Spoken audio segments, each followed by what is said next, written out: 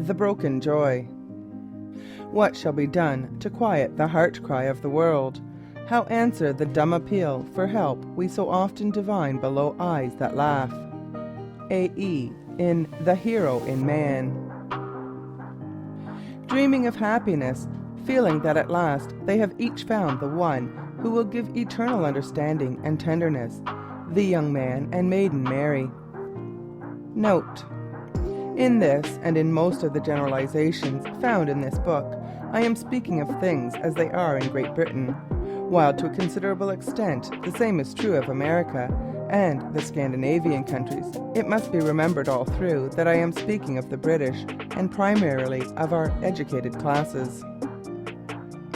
At first, in the time generally called the honeymoon, the unaccustomed freedom and the sweetness of the relationship often does bring real happiness.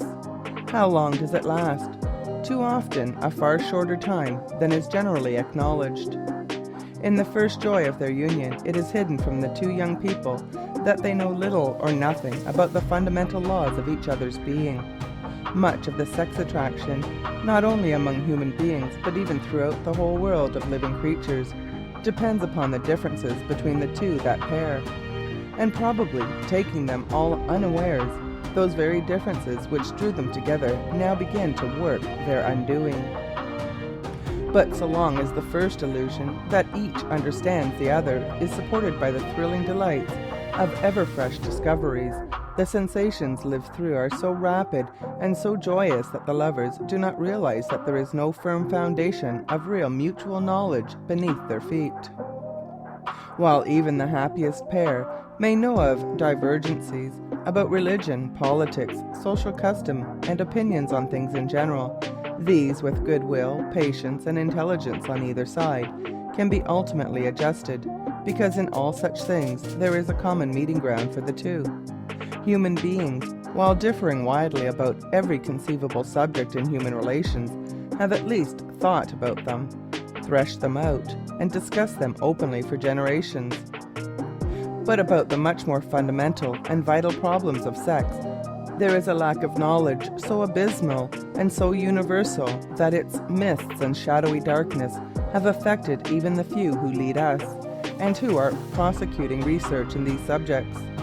And the two young people begin to suffer from fundamental divergencies before perhaps they realize that such exist, and with little prospect of ever gaining a rational explanation of them.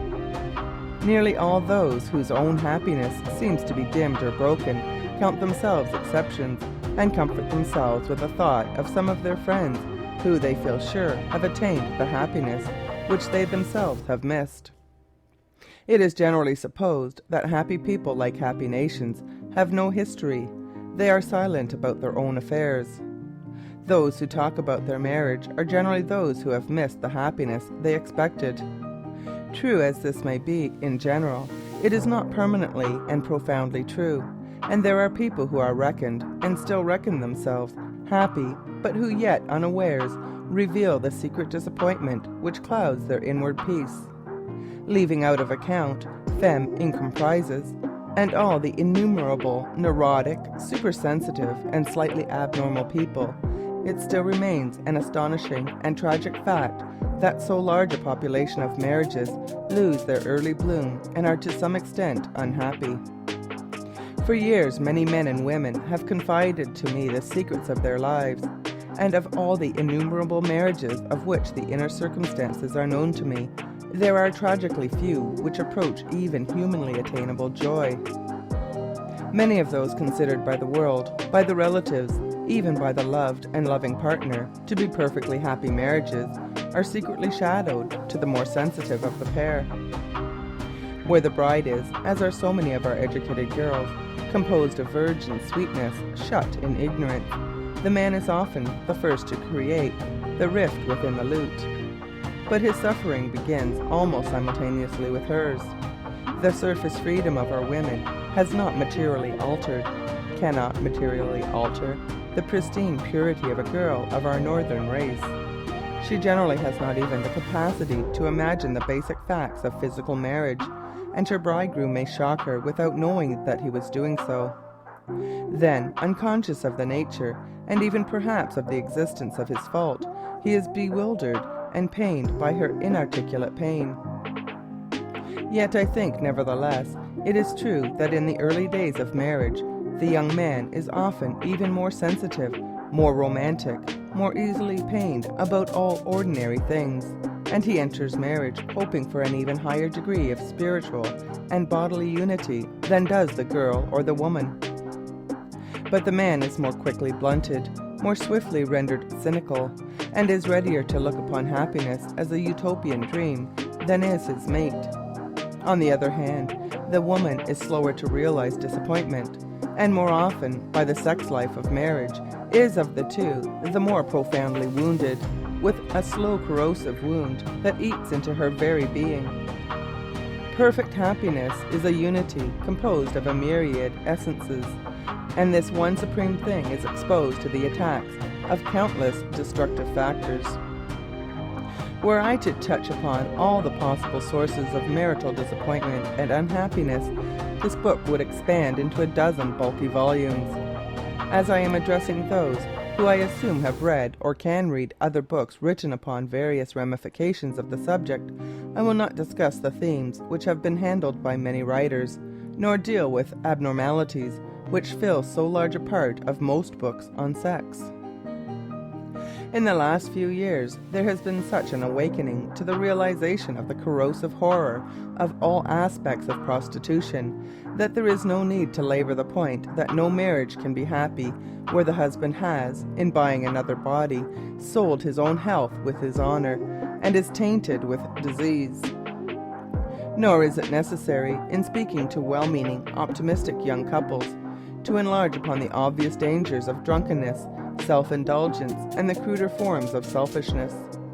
It is with the subtler infringements of the fundamental laws we have to deal, and the prime tragedy is that, as a rule, the two young people are both unaware of the existence of such decrees.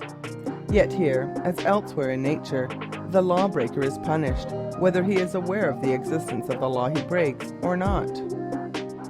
In the state of ignorance which so largely predominates today, the first sign that things are amiss between the two who thought they were entering paradise together is generally a sense of loneliness, a feeling that the one who was expected to have all in common is outside some experience and some subtle delight, and fails to understand the needs of the loved one.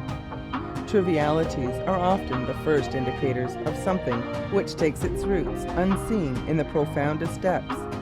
The girl may sob for hours over something so trifling that she cannot even put into words its nature, while the young man, thinking that he had set out with his soul's beloved upon an adventure into celestial distances, may find himself, apparently, up against a barrier in her which appears as incomprehensible as it is frivolous. Then, so strange is the mystical interrelation between our bodies, our minds, and our souls, that for crimes committed in ignorance of the dual functions of the married pair, and the laws which harmonize them, the punishments are reaped on planes quite diverse, till new and ever new misunderstandings appear to spring spontaneously from the soil of their mutual contact. Gradually or swiftly, each heart begins to hide a sense of boundless isolation. It may be urged that this statement is too sweeping. It is, however, based on innumerable actual lives. I have heard from women whose marriages are looked upon by all as the happiest possible expressions of human felicity, the details of secret pain of which they have allowed their husbands no inkling. Many men will know how they have hidden from their beloved wives a sense of dull disappointment, perhaps at her coldness in the marital embrace, or from the sense that there is in her something elusive which always evades their grasp. This profound sense of misunderstanding finds readier expression in the cruder and more ordinary natures. The disappointment of the married is expressed not only in innumerable books and plays, but even in comic papers and all our daily gossip. Now that so many movements are abroad, folks on all sides are emboldened to express the opinion that it is marriage itself which is at fault. Many think that merely by loosening the bonds and making it possible to start afresh with someone else, their lives would be made harmonious and happy. But often such reformers forget that he or she knows nothing of the way to make marriage great and beautiful with one partner. It is not likely to succeed with another. Only by a reverent study of the art of love can the beauty of its expression be realized in linked lives. And even when once learned, the art of love takes time to practice. As Ellen Key says, quote, "Love requires peace. Love will dream. It cannot live upon remnants of our time and our personality." End quote. There is no doubt that love loses, in the haste and bustle of the modern turmoil, not only its charm and graces, but some of its vital essence. The evil results of the haste which so infests and poisons us are often felt much more by the woman than by the man. The overstimulation of city life tends to speed up the man's reactions, but to retard hers. To make matters worse, even for those who have leisure to spend on lovemaking, the opportunities for peaceful, romantic dalliance are less today in a city with its tubes and cinema shows than in the woods and gardens where the pulling of the rosemary or lavender may be the sweet excuse for the slow and profound mutual rousing of passion. Now physical passion, so swiftly stimulated in men, tends to override all else, and the untutored man seeks but one thing, the accomplishment of desire. The woman, for it is in her nature so to do, forgives the crudeness, but sooner or later her love revolts, probably in secret, and then, forever after, though she may command an outward tenderness, she has nothing within but scorn and loathing for the act which should have been a perpetually recurring entrancement. End note. So many people are now born and bred in artificial and false surroundings that even the elementary fact that the acts of love should be joyous is unknown to them. A distinguished American doctor made this amazing statement, quote, "I do not believe mutual pleasure in the sexual act has any particular bearing on the happiness of life." American Medical Association, Rep. 1900. This is perhaps an extreme case, yet so many distinguished medical men, gynecologists and physiologists are either in ignorance or error regarding some of the profoundest facts of human sex life, that it is not surprising that ordinary young couples, however hopeful, should break and destroy the joy that might have been their lifelong crown.